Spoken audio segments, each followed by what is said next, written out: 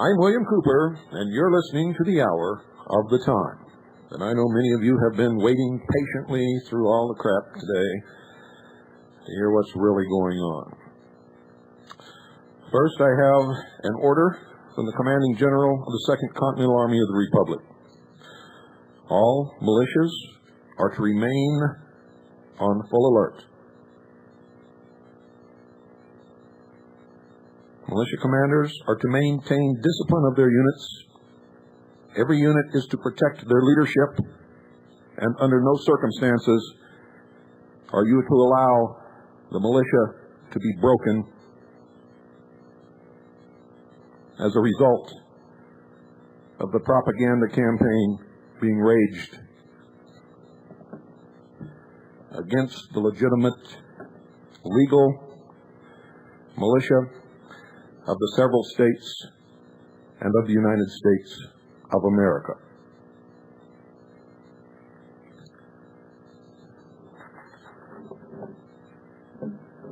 I was right, ladies and gentlemen, in a bullet poll conducted by KTBS-TV Channel 3, Shreveport, Louisiana, and reported on 20 April 1995, the following question was asked. Would you be willing to give up some of your freedom for a little security? In the categories none, some, most, all are undecided. 74% of the respondents fell into the category bracketed by some, most, or all. This means, ladies and gentlemen, that of those polled and responding, 74% view their freedom as a negotiable instrument to be traded for a small amount of security, ostensibly to be needed by our flawed, Marxist-controlled federal government. Don't go away, you're going to hear the truth. The only truth that you've heard all day long, you're going to hear in just a moment. You listen very carefully all the way through this broadcast and all the way through the closing musical selection. Every word, every bar of music tonight is extremely important.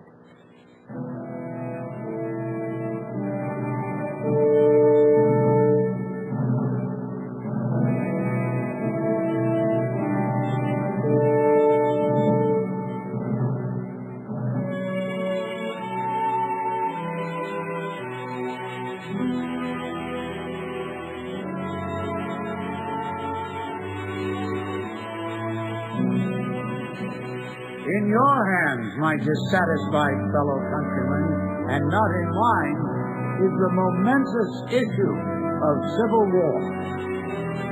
You can have no conflict without being yourselves the aggressor. You have no oath registered in heaven to destroy the government, while I shall have the most solemn one to preserve, protect, and defend it. We are not enemies, but friends. We must not be enemies. Though passion may have strength, it must not break our bonds of affection.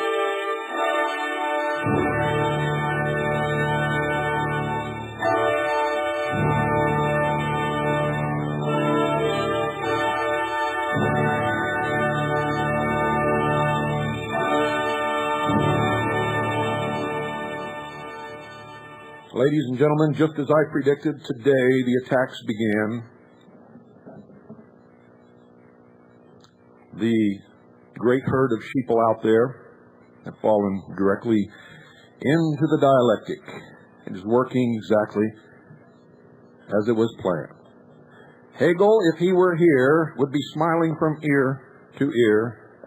That much is certain. From our station chief, this morning around 10 a.m., 2 press conferences were held simultaneously. We have information from both of them. One meeting was held by FBI on-site director Weldon Kennedy. He stated that the man who was stopped at Heathrow Airport is being questioned and has been completely cooperative, and as I stated last night, is not a suspect. He reaffirmed that this man is not a suspect, but it is an alleged witness. He made no mention at all of the other 3 men who were arrested, nor did the press ask any questions about them. Kennedy stated that the FBI recovered film from a surveillance camera located atop a nearby building, which may or may not contain any pictorial record of the vehicle, which may have contained explosives. He said the film has been damaged. Well, what did you expect? Really, what did you expect? Of course the film was damaged. It might show something.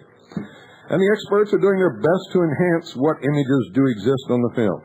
And when any info is available, in this matter, we'll all be notified. Don't hold your breath. Don't even hold your breath. Bomb forensic experts on the scene have been collecting evidence. Platinum wires, bits of plastic were the only 2 items Kennedy specifically mentioned. The same items that were mentioned on the first day as having been stored in the office of the Bureau of Alcohol, Tobacco, and Firearms, along with a rocket launcher. The actual type and size of the bomb is still not known. Kennedy is still estimating that it was several thousand pounds of explosive materials. The experts are attempting to determine the type of accelerants used, and we know exactly what it was. Ladies and gentlemen, it was fulminate of mercury. Fulminate of mercury. Several cans of it did not detonate and were found intact near the elevator shaft. This information comes directly from a high-ranking official on the scene. The second press conference was held by the medical examiner. He stated that at 10 a.m. the official death count was 57. Since then, we know that it has risen to 60. 36 of those bodies were removed from the sealed perimeter area of the explosion, and only 21 of them actually have come from the building wreckage itself. He stated that it has been very difficult to actually determine a death count because so many body parts are being brought out of the wreckage. The medical workers attempt to match those body parts with other portions of bodies which are in storage, and from that reach a number of deceased. The bodies and parts, once removed from the debris, are taken to a medical examination preliminary holding area. They've stopped calling it the temporary morgue. A part of this holding area is comprised of several refrigerator trucks which are used to store these parts to prevent further deterioration.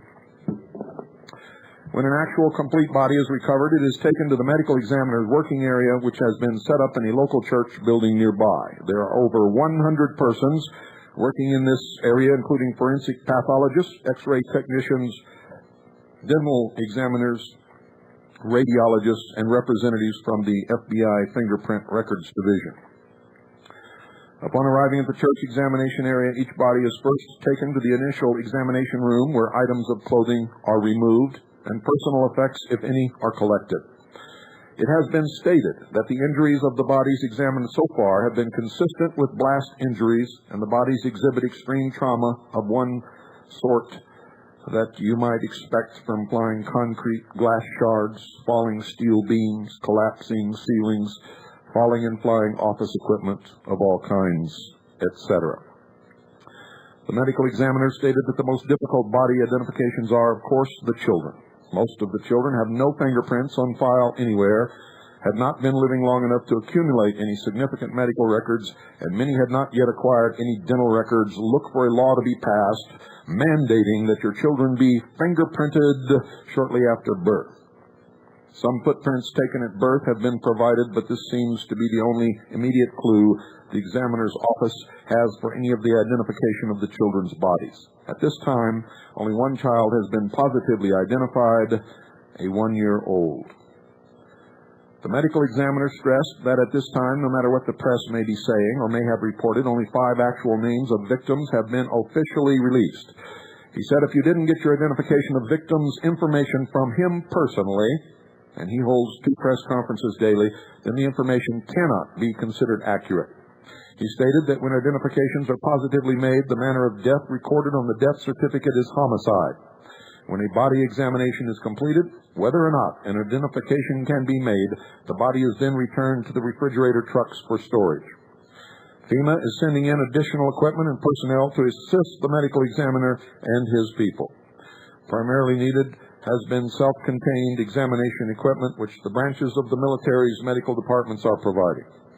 At this moment, the medical examiner has approximately 100 bodies and/or body parts which are being examined and for which identifications are being attempted. He stressed that until the examinations determine that the body parts actually comprise a single individual, no number is added to the official death count. At this time, traffic into, out of, and around the sealed perimeter has increased 3-fold from what it was on Wednesday and Thursday. Almost all cars are driving with headlights on as an indication of mourning.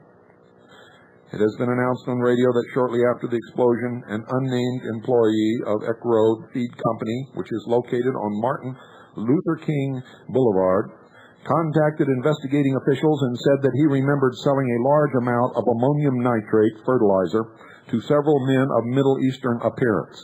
It was a lie.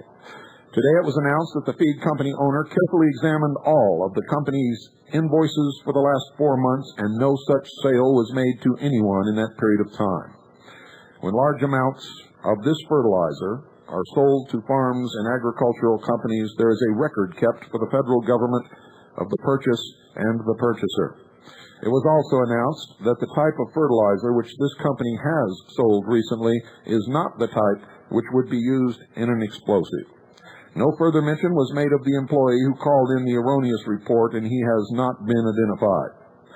It was also not revealed whether or not that employee still held his job. In fact, we don't even know that it was really an employee of that company.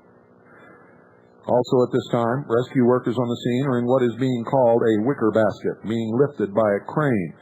And they've been searching parts of the 8th floor of the federal building, working downward. At last check, I believe that they were working downward from the 3rd floor. The wind in the area has increased, and it was stated that the search may have to be temporarily halted or suspended because of the danger of falling debris from the upper stories of the building, and throughout the day there have been occasional pauses in the rescue work because of this danger. As of 12:35 p.m., workers were taken from the face of the building and are now working again in the basement area. The danger of falling office equipment and debris from the upper stories onto the rescue workers brought this about by the high winds and caused this move. Rescue workers have located several pockets in the wreckage containing bodies. No estimated number has been released, and no bodies have yet been removed from those pockets. Simultaneously with all of the rescue work, local businesses and individuals have poured donations of all kinds into the area. Southwestern Bell Pioneer Community Group has established 4 supply drop-off points and are requesting specifically men's clothing and personal toiletry items, because almost all of the rescue workers, when called to the scene, dropped everything they were doing and arrived with nothing more, ladies and gentlemen, than the clothes on their back. Urgent calls have been made for men's underclothing, shaving kits, toothbrushes, shirts, socks, shoes, coats, etc. Also needed is food, water, paper products, and medical supplies. Donations are also being taken by the Salvation Army, the Feed the Children organization, the Disaster Relief Organization of the B'nai B'rith, and all of the local churches. The Guardian Funeral Home is donating funeral services for the children killed in the explosion. The Flowers by Pat Floral Company is donating flowers and taking cash donations for the funeral services of the other victims. A company in Edmond, Oklahoma has donated many sets of doggy boots, which are flexible but impenetrable boots to be worn by the bomb dogs being worked on the scene. because the dogs are having tremendous difficulties walking over the debris. The same company also donated huge amounts of dog food for the working dogs. The Fort Howard Paper Company plant in Muskogee, Oklahoma, has donated a semi-truckload of paper products, napkins, towels, bathroom tissue, etc., all of which are badly needed by the rescue workers, the security personnel, and the workers in the medical examiner's area. Oklahoma Bank, Boatman's Bank, and the Bank of Oklahoma have all established victims' disaster relief funds to assist the surviving family members in whatever way may be necessary. Persons and companies with donated goods which have been specifically requested from the security personnel and rescue workers are being told to take them to the supply drop-off area located at 8th and Harvey. A colonel with the Oklahoma Army National Guard was interviewed today on radio because the presence of uniformed military personnel at the First Christian Church upset the citizens. The colonel stated that the state military reserve organizations have been posted in two places to do two specific jobs. Primarily, they are being used to secure the perimeter of the crime scene, and their secondary function is to work at the First Christian Church in support of the Red Cross and the Oklahoma City Police Department directing traffic in the parking lot, which is at times an overwhelming task, and to act as escorts for the grieving family members who have been arriving nonstop at the church since the explosion. At this time, there are over 500 family members at the church giving information, waiting for announcements, and trying to help each other as best they can. It was announced today on radio that Peter Jennings had made remarks about civilian militia and the possibility that this bombing might have been caused by a local group rather than an international terrorist group, and then it began. Exactly as I predicted, it turned and shifted and aimed directly at the militia of the several states and of the United States. At 12:45 p.m., John Belmont of ABC News made this official statement. This is a direct quote transcribed from a tape made from the radio. Quote, "Sources say things are happening very fast now in the investigation. We earlier reported this now looks more like a domestic case than international terrorism. John Belmont reports the investigation is focusing on government-hating groups. He provides some background information." John Belmont then says this,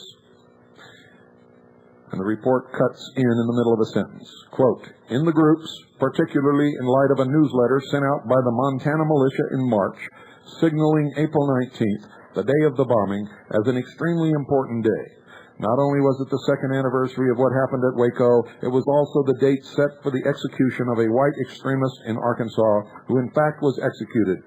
He had been convicted of killing a Jewish businessman and a black policeman and showed no remorse. And according to authorities, that has been," there was a skip in the broadcast at that point, it picks up at "now and looking at a possible motive for the bombing," end quote. At 1 p.m., it was announced that a raid was being made in Decker, Michigan, in connection with the bombing in Oklahoma City and a civilian militia group there. While the local radio broadcaster was waiting for the signal from ABC News to begin the Belmont report, he remarked that it might be important to look into the issue of civilian militias because they have been cropping up all over the state. He then specifically mentioned Moore, Oklahoma, Norman, Oklahoma, and Eufaula, Oklahoma, as places where civilian militia were known to exist. He also made mention of the fact that Richard Wayne Snell, the man executed in Arkansas, had been arrested in Oklahoma prior to being taken to Arkansas for trial, and the insanity has continued all day long. When discussing the sketches of possible suspects which have been published in all the papers and flashed on television screens everywhere, the KTOK broadcaster made mention there is some kind of bad blood between the FBI and the CIA, combined with some claimed but unsubstantiated name-calling between the two groups. The broadcaster said that a rumor is now floating that much dissension is igniting between the two organizations because allegedly one group knew about activities leading to the explosion in advance of the event and did not tell the other organization. That's absolutely correct, folks. The Central Intelligence Agency is the one that blew up the building. The broadcaster did not specify which organization might have had the advanced information, nor did he tell us the names of anyone who might have made the rumored remarks, and at this time, no further elaboration on the subject has been made. At 1:15 p.m., official ABC News release states that the bombing is now officially related to the Waco massacre. And our station chief here inserts a personal remark. Bill, things are moving very, very fast all of a sudden here. I'm going to have to leave the house and get on up to Oklahoma City. When all this stuff began happening, I had run back to the house to send this fax. I'll just have to contact you later, regardless of what news releases may be made, because I'm going to be away from the computer for several hours. I need an assistant here. Help. A dependable one. Dave is out on assignment in the Oklahoma University campus area and will not be back here for some time. And I give you these remarks, folks, so that you'll know that these people are human just like you. As you might expect, most of the militia-related remarks in connection with this bombing are being made by national news agencies, not the local ones.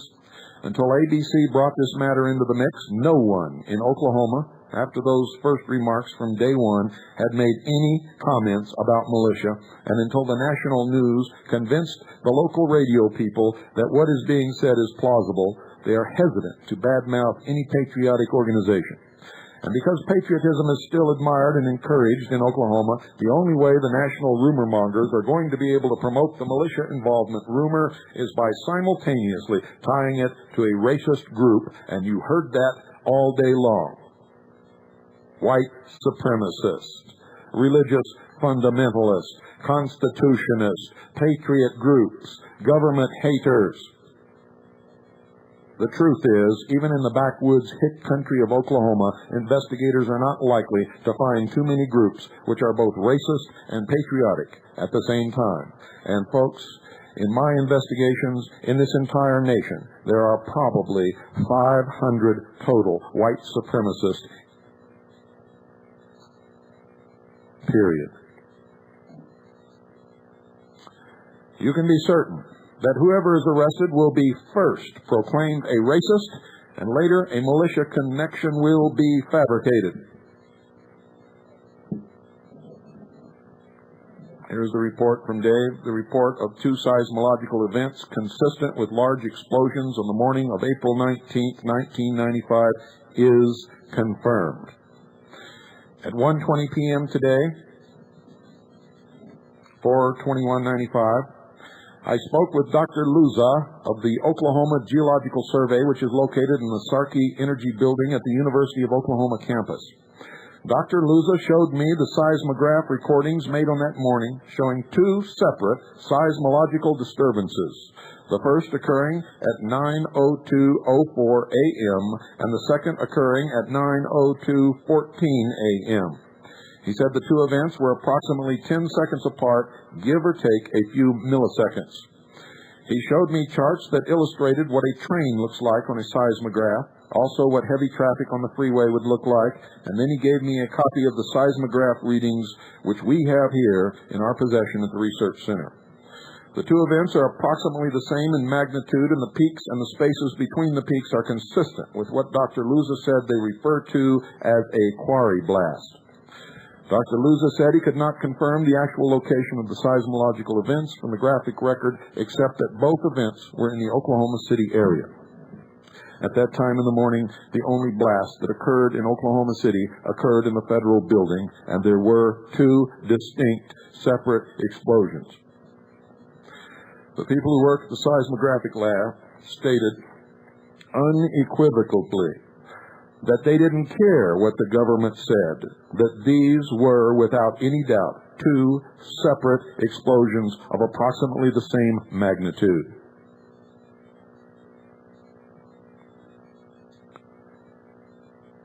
He stated that there have been no reports as to where the second event may have occurred that are consistent with what the government has reported as a single blast. As far as the actual seismographic record is concerned, there were definitely two events, and they both took place in Oklahoma City within 10 seconds of each other. Dr. Luza stated that the Oklahoma Geological Survey has sensors placed all over the state, and the time between when the first sensors record an event and the time the event arrives at their headquarters allows them to determine the approximate location of the event. Dr. Luza's secretary stated that ABC News representatives were in their offices this morning. 4 or 5 different newspapers have also asked similar questions to Dave's.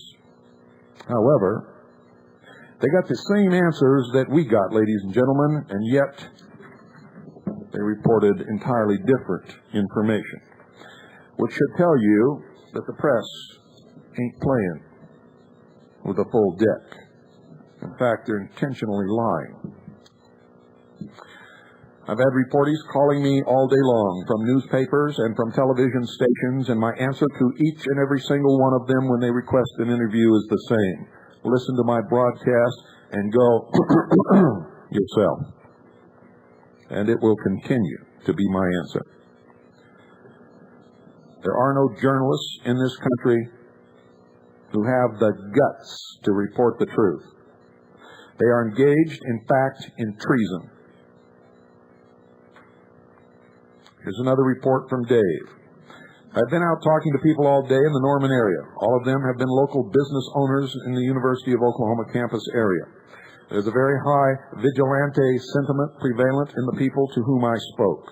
People are rejoicing over the fact that the alleged perpetrators have been caught and have described to me various ways in which they should be punished and executed. One woman said, "I'm against the death penalty, but I think they deserve cruel and unusual punishment." Never mind, they have not been brought to trial, nor have they been convicted of anything, nor has it been proven that any of them are members of any militia, and I can assure you they are not. We've been trying to get confirmation from KTOK radio about the reports made on Wednesday pertaining to the explosives and plastic found in the debris of the building, which was said to have been kept in the offices of the BATF. Several people in the Oklahoma City area reported that information to the research center here. 2 of them knew each other, 4 others did not. They all heard the same report. That initial report was later followed by the announcement that a rocket launcher had been found in the rubble, also from the BATF office. At this time, we've talked to one representative at KTOK, and all of those Wednesday remarks are being denied. It is being said that the reports were never made and that we must surely be mistaken. And ladies and gentlemen, we are absolutely not mistaken. Those reports were made. KTOK is now lying, covering up. We don't know who told them to cover up. We don't know if they were threatened. We don't know what happened. But they are now denying reports that they clearly made on Wednesday.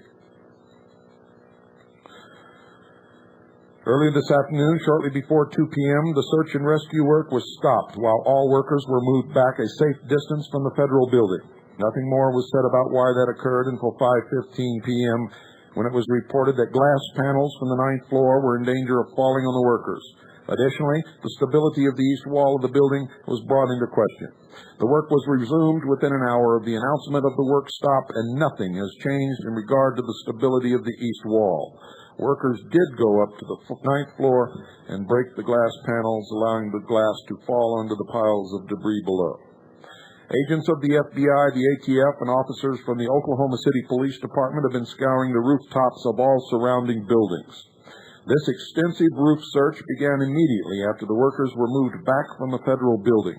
It has not been announced what is being sought, and no reasons have been given for any investigation into any other building.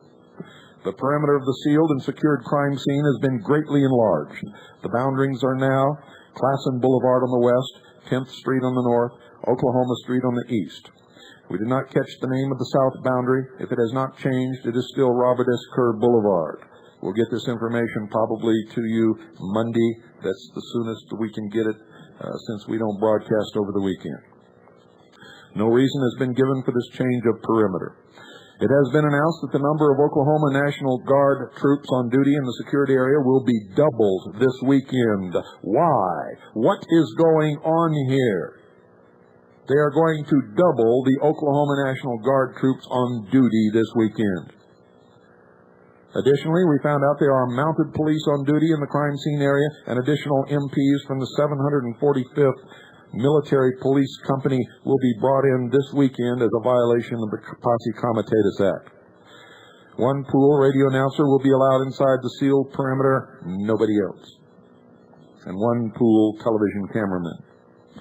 In an interview with Oklahoma City attorney Tony Lacey, it was learned that one of the arrested suspects, 27-year-old Timothy McVeigh, is going to be transported to Tinker Air Force Base and will be arraigned before a federal magistrate at that location. Lacey could only speculate about why the suspect would not be arraigned at a state government location. He supposed that the condition of the courthouse behind the federal building was the reason for the Tinker substitution. Not at all, ladies and gentlemen. The federal government doesn't want to take any chances at losing jurisdiction, which means they will arraign him with a federal judge, federal magistrate, on federal property, and the state will have no claim on the suspects.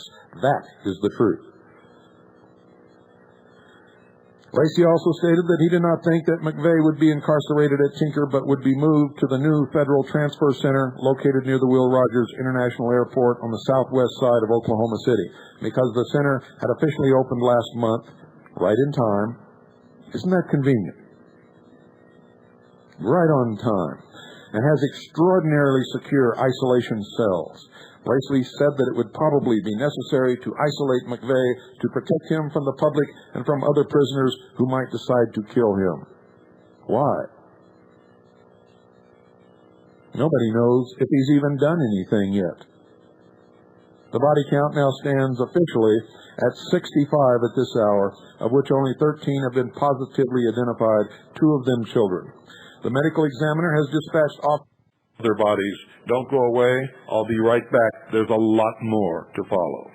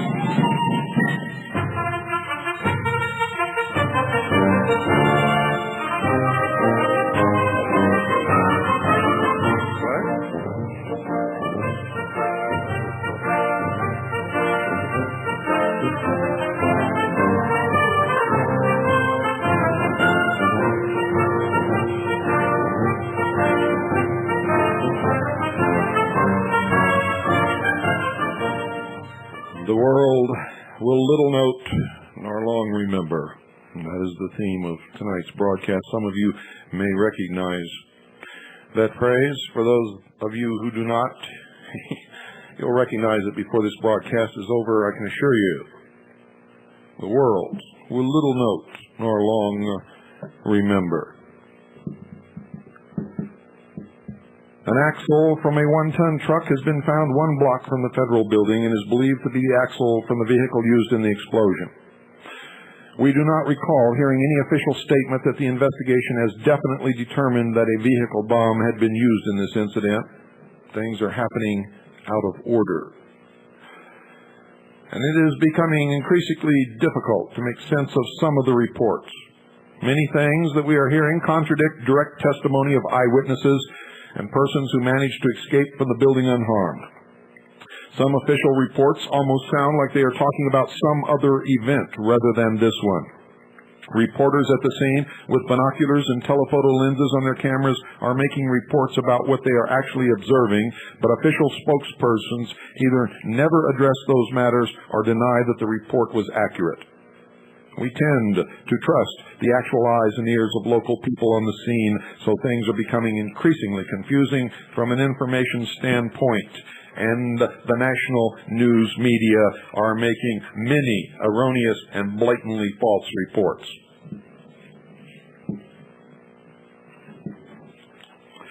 CNN announced today the 3 arrests related to the bombing in Oklahoma City. 2 of them are the Nichols brothers from Michigan. Their house has been surrounded with black-clad law enforcement officials with FBI shields. They are said to be members of a radical paramilitary organization called the Militia of Michigan. Oh boy. We knew this was going to happen. All of the above is continuing right now and all day and on into the night. CNN will be milking all it can from the whole radical militia movement material. It began on ABC early this morning. Peter Jennings was the first one. They talk about how militias are anti-gun control, anti-foreigners, white supremacists, etc., anti-Semitic, religious fundamentalists. They are really going after it. This is a definite development in their agenda of vilifying the patriots and the militias across the country. This is it, the beginning of the attack.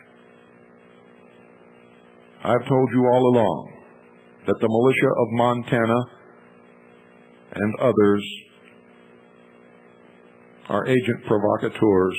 They would fuel the flames and provide the ammunition that would be used against the legitimate militias across this nation. And I was absolutely correct. They are reading militia of Montana material and all the other BS that some militias deal with, such as racism. Watch this carefully. It is absolutely needless for me to say, but this is very, very serious.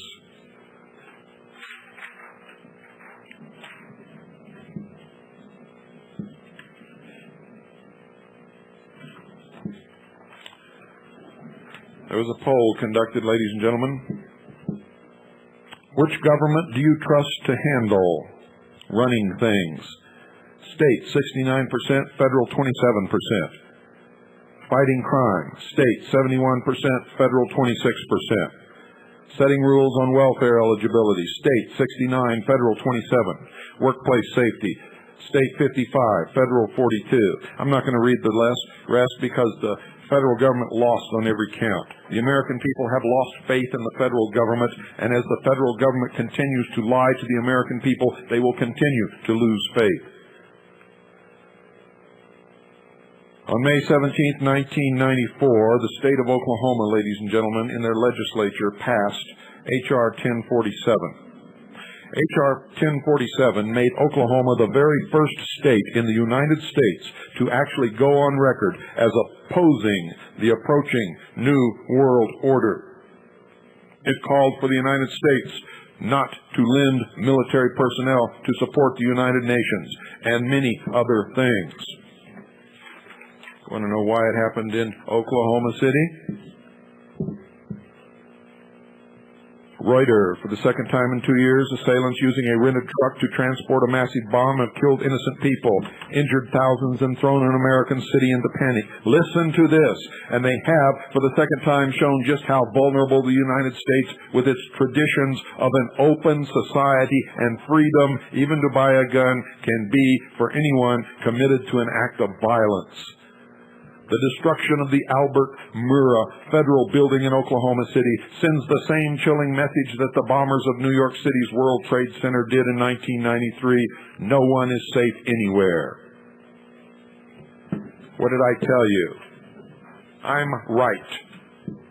I've studied these socialist pukes for years, and I'm right on the target. I'm the only one who has consistently and with absolute accuracy predicted every step that they're going to take. Listen to this. Anti-terrorism bill now on fast track. On Tuesday, the Omnibus Counterterrorism Act of 1995 was a proposal on a low track in Congress and the object of a lively debate as to whether it would violate some fundamental civil liberties, including the right to confront one's accuser.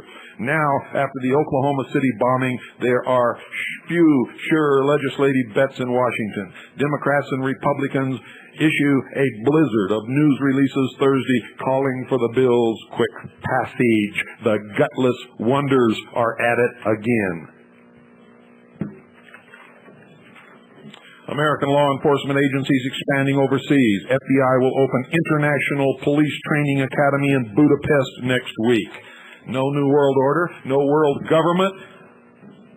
Stick it in your ear. Many gangs of extremists active in the United States. FBI director says these terrorist groups pose a significant threat. the demonization of patriots, lovers of liberty, those who would support, protect, and defend the Constitution of the United States of America and of their states are being branded terrorists. He said, among other things, American militia groups are right-wing religious extremist groups, and often their members are angry at the federal government. A number of groups are well armed with members who are trained in the use of explosives. What is that supposed to mean? It's supposed to mean the militia did it. It's supposed to mean the militia are the enemy. It's supposed to mean patriots are bad guys. What did I tell you? Clinton tightens security, saying, "We are working very hard to strengthen the ability of the United States to resist acts of terror." President Clinton ordered far more stringent security measures to be put in place at all federal buildings in Washington. In the last 2 days, bomb threats have been made in 7 other cities. More than that, folks, as you will find out.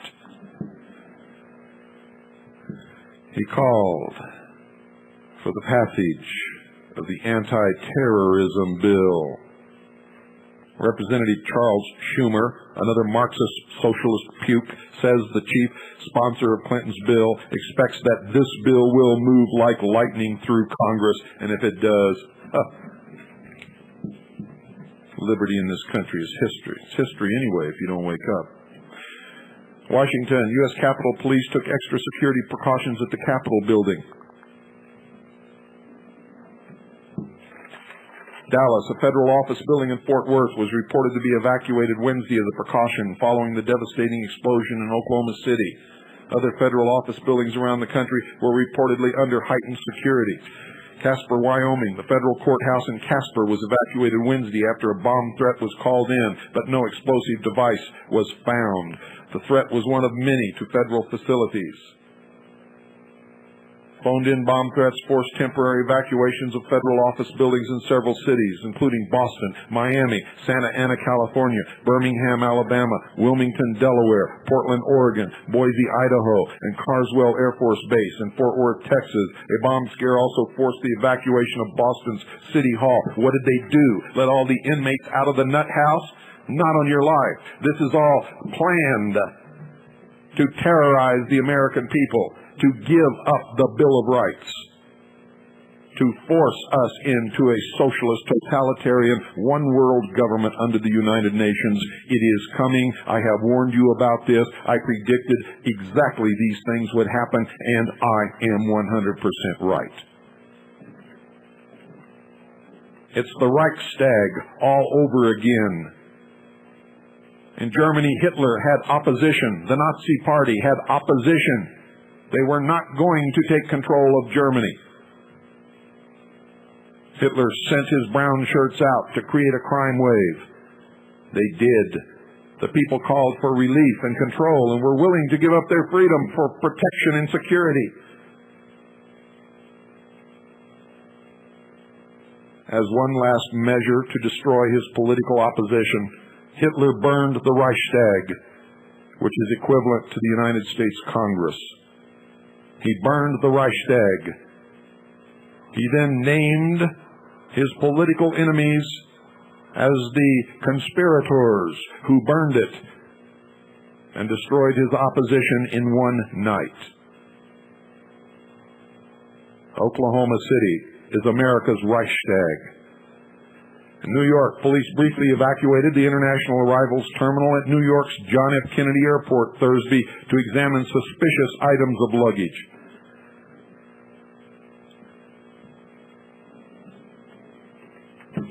Vatican City. Vatican City. Even the Pope has to get in on this. Citing poison gas attacks on the Tokyo and Yokohama railway systems in Japan in the past month, it said terrorism for political and other motives was striking everywhere. There are no more limits to the ferocity, to the homicidal madness, to the will of extremist groups to perpetuate indiscriminate massacres.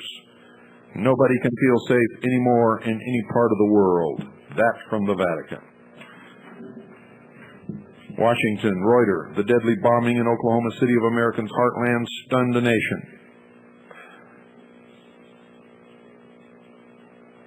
We are a very open society with very little limitation on movement of people and goods.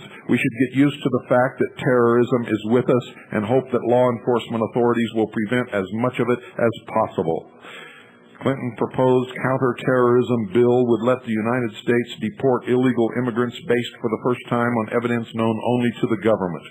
The Omnibus Counterterrorism Act of 1995, now before the Senate Judiciary Committee, would also ban fundraising in the United States for groups the president deems dangerous and grant the FBI broader power to wiretap. FBI Director Louis Freeh told Congress that he needed new tools and resources to respond to a changing threat. He said state-sponsored guerrillas of previous decades were giving way to more decentralized groups which are harder to combat. Admiral William Stedman, acting director of the Central Intelligence Agency, said in a recent congressional hearing that urban guerrillas were shifting from hostage-taking and hijacking to indiscriminate slaughter of innocent men, women, and children. He said the CIA had recorded 321 of what he called international terrorist incidents in the world in 1994. Nobody was concerned about it until it hit Oklahoma City. You could kill 5 million people in Cambodia and nobody cares. So don't fall for this crap. This is aimed at the Bill of Rights. And no patriot did it. No militia did it. We know who did it. And you know in your heart who did it. And you can see how it is being handled. And you can see what is coming. In fact, if I have to tell you what is coming, then you're blind as bat and just as stupid. And maybe you deserve it. I told you that they would first hit at Islamic fundamentalists, and then the investigation would swing and point directly at patriots and militia. The first arrested were 3 Middle Eastern men being held by the Immigration and Naturalization Service. They didn't do anything. Milwaukee. The United States is likely to see more violence of the kind that struck Oklahoma City, the acting head of the CIA said Thursday, and he should know, and I'm telling you he's right. Washington. Republican congressional leaders said Thursday they were ready to work with President Clinton to pass tough anti-terrorist legislation in the wake of the Oklahoma City bombing. The Senate stands ready to work closely with the administration to pass the toughest and most effective anti-terrorist bill at the earliest possible time. Senate Majority Leader Bob Dole, Republican Kansas, said, "You voted for him. I didn't." The vehicle used in the Oklahoma City bombing was a rented Ryder truck, CNN reported on Thursday. With bomb scares reported from New York to Texas to the Boston subway, jitters born of the Oklahoma City bomb blast rippled across the United States on Thursday, along with efforts to tighten security. For the first time since the 1991 Gulf War, roadblocks, extra security guards, metal detectors, and bomb-sniffing dogs appeared at federal buildings, airports, border crossings, and military bases nationwide. At least 15 federal buildings scattered across the country, including facilities in Houston, Boston, and Auburn, Washington, were briefly evacuated after receiving copycat bomb threats. A Brooklyn man was arrested after threatening to blow up a Sun jet flight early Thursday morning. In Boston, a false bomb scare prompted police to evacuate the Massachusetts Bay Transportation Authority underground stations and trains for more than an hour. In New York, more police than usual were guarding government buildings and landmarks after Mayor Rudolph Giuliani put the city on heightened security. The busy international arrivals building at New York's Kennedy Airport was evacuated briefly so the bomb squad could check unclaimed baggage. White House Chief of Staff Leon Panetta, named by President Clinton to coordinate the government response to the blast, said, "You cannot allow these kinds of unconscionable acts of terrorism to occur." We've issued directives out to something like 8,000 federal facilities across the country that now involve a heightened level of security. Here in Washington, as well as New York City, they're on maximum security conditions, and with regard to the other areas, they're all on heightened alert, he said. There's 50 states. Why did he say Washington and New York City? Police in Washington reported a surge of bomb threats. Late in the day, after most of its 5,000 employees went home, the Washington headquarters of the U.S. Department of Agriculture was evacuated as law enforcement officials and bomb-sniffing dogs searched the building after a bomb threat. Police cordoned off traffic on Independence Avenue, snarling rush-hour traffic heading to the Virginia suburbs. Traffic reporters in Washington, with the heaviest concentration of federal workers, reported the flow to work appeared to be normal, suggesting that few were scared off. Parents continued to drop their children at daycare facilities. Public fears of further terror bombings in the United States are running high. What's running high is the media. They're running amok. They've lost their mind. They are nothing but propaganda avenues and puke-faced traitors for Marxist socialism, and they are in the process of destroying this nation. An ABC poll of 445, let me back up here. An ABC poll of 545 adults conducted by telephone Thursday said 78% expressed worry there will be more major terrorist attacks in the country. The poll, with a margin of error of 5% points, found majority support for extraordinary measures to suppress terrorism. 59% said they are willing to give up some of the liberties we have in this country in order to crack down on terrorism. Did I tell you, or what? And no, I'm not embarrassed at all to say it. I told you so. I've been telling you for years.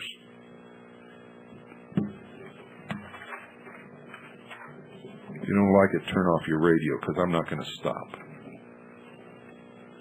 From London, is it the approaching millennium? The Oklahoma City bombing and gas attacks in Japan, blamed by some on religious cults, are stirring fears that as the year 2000 draws near, apocalypse cults will become more extreme. Guns, religious fundamentalists,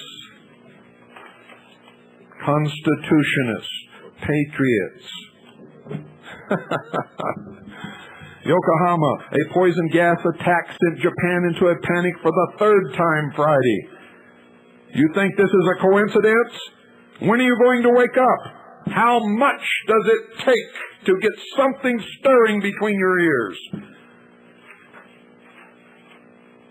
Are you going to be like the Jews and the Gypsies and the Poles and the blacks and the Christians in Germany?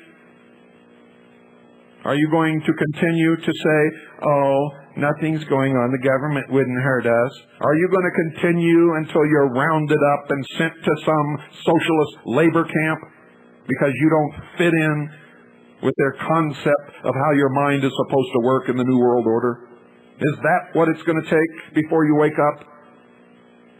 Look around you. This is not the United States of America. Not at all. And that is not a constitutional Republican government in Washington, D.C., nor in most states of the several states. There's not much time left. Continue to recruit for your militias. Continue to prepare. Continue to arm yourselves. Continue to teach your children and your neighbors the truth about the Constitution, the Bill of Rights, and the principles and ideals upon which this country was based. Continue to call liars liars and traitors traitors. And don't stop and don't be afraid to do it. There's only one list, and we're already on it.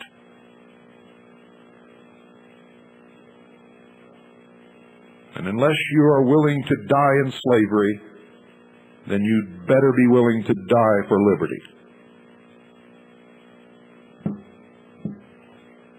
And remember, ladies and gentlemen, I've always told you this, and I will continue.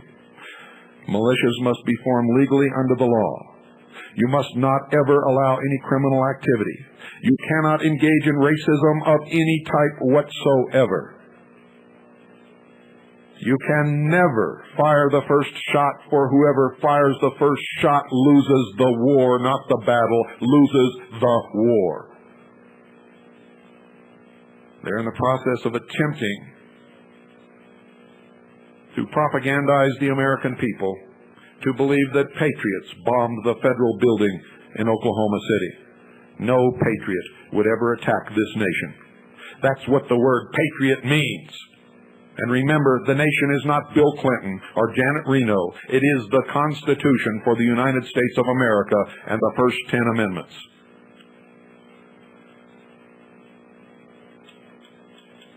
Continue to form militias. Protect your leaders. Remember the order given by the commanding general of the Second Continental Army of the Republic and carry that order out.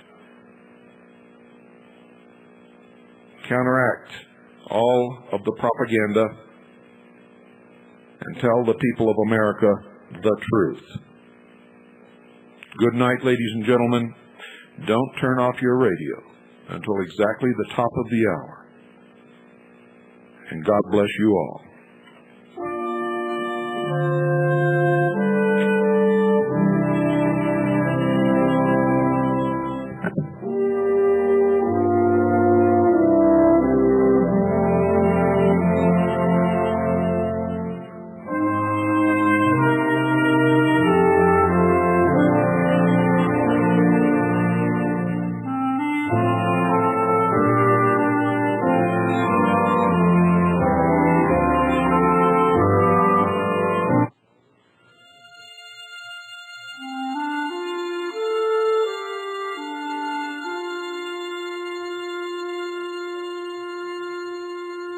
Fourscore and 7 years ago, our fathers brought forth on this continent a new nation, conceived in liberty and dedicated to the proposition that all men are created equal. Now we are engaged in the great Civil War, testing whether that nation or any nation so conceived and so dedicated can long endure. We are met on a great battlefield of that war. We have come to dedicate a portion of that field as a final resting place for those who here gave their lives that that nation might live. It is altogether fitting and proper that we should do this. But in a larger sense, we cannot dedicate, we cannot consecrate, we cannot hallow this ground. The brave men, living and dead, who struggled here, have consecrated it far above our poor power to add or detract. The world will little note nor long remember what we say here, but it can never forget what they did here.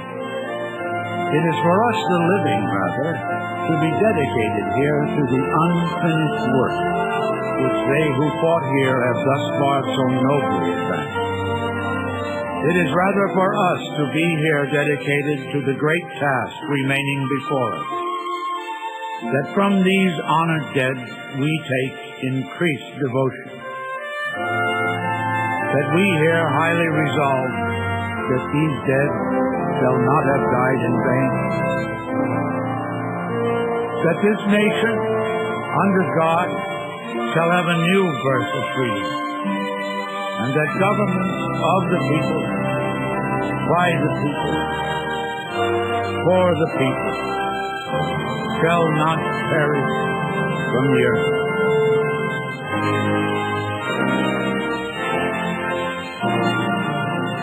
That, ladies and gentlemen, is what the militia is all about. That is what patriotism is all about. And that is what the Constitution for the United States of America and the Bill of Rights protects. And don't you ever forget it.